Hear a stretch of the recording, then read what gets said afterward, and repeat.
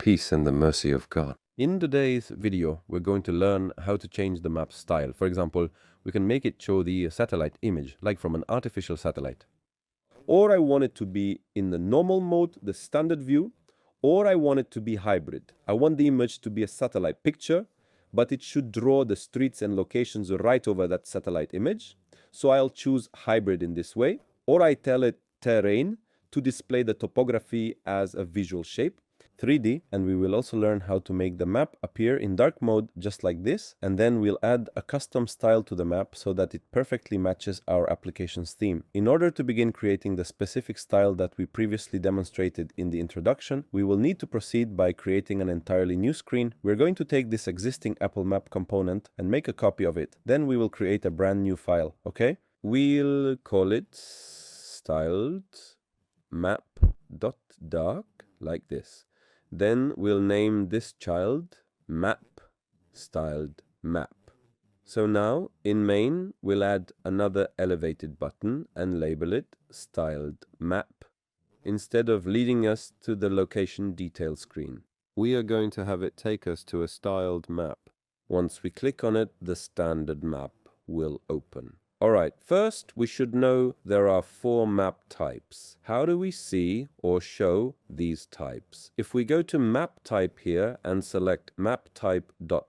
we'll find hybrid, normal, satellite, and terrain. Terrain refers to topography. So, for instance, if we select normal and then save, it will show us the map in its usual format or the standard way recognized in the mapping world, which essentially means it draws the map out for us. However, if we choose satellite, it will provide us with a map image, but one taken directly from a satellite. You see?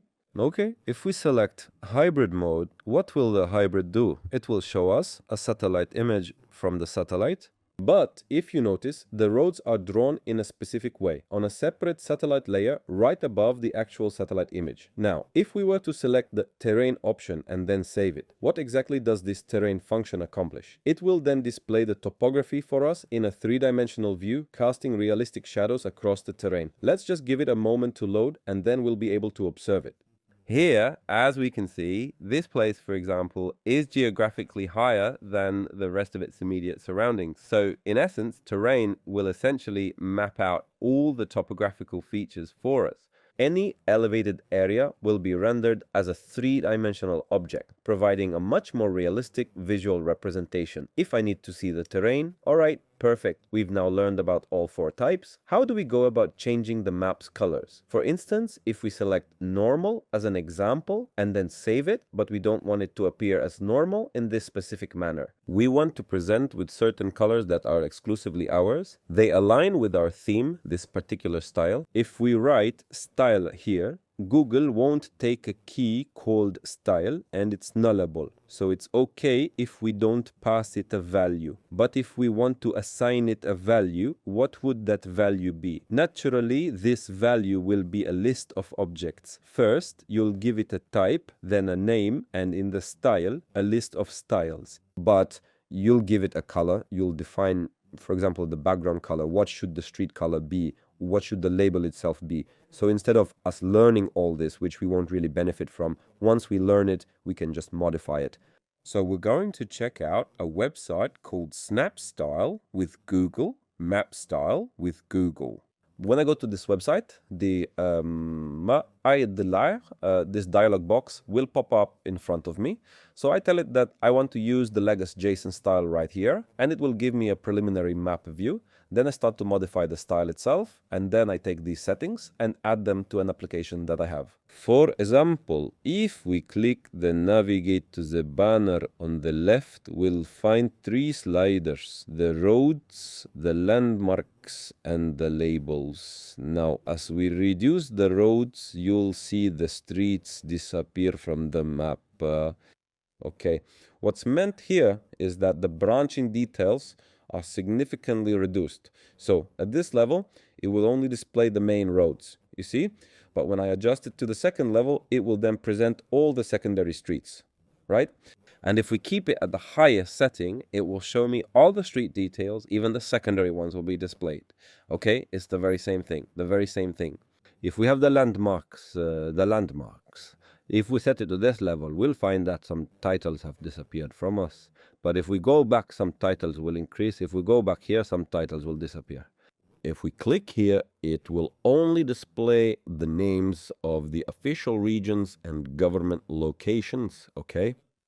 And if we remove these landmarks at the lowest zoom level, it will only display the names of the areas, not the points of interest. All right, so from here, I can control the map's overall style. I can adjust it exactly as I wish. The labels are also the same. I can reduce their visibility like this. Okay, it will then start to display the names of the states or the cities. Following that, it will then present the names of the various regions. And in this way, it will then display more detailed information or the main points of interest. So this is specifically regarding the plus feature, the roads, and the landmarks. Right here, I can easily manage and adjust the colors of the map. I can choose to make it silver, retro, dark, or perhaps a night theme. And there's a pretty good set of settings available. I can then click on more options, and from there I can manage more specific map details. So if I were to select the highways and then tell it, for instance, to set the text fill that I want its color to be red, like this, it would then apply to the highways on the map and make them red, all right?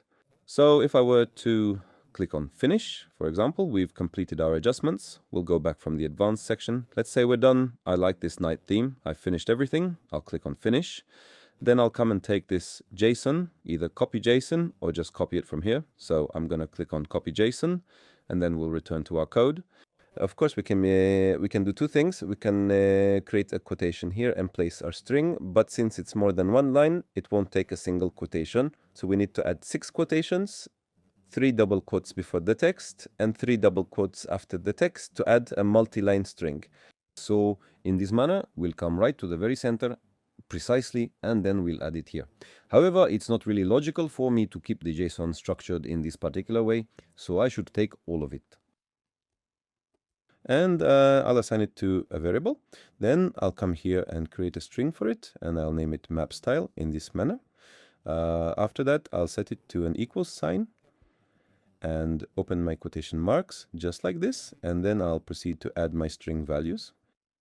Okay, we have a problem here.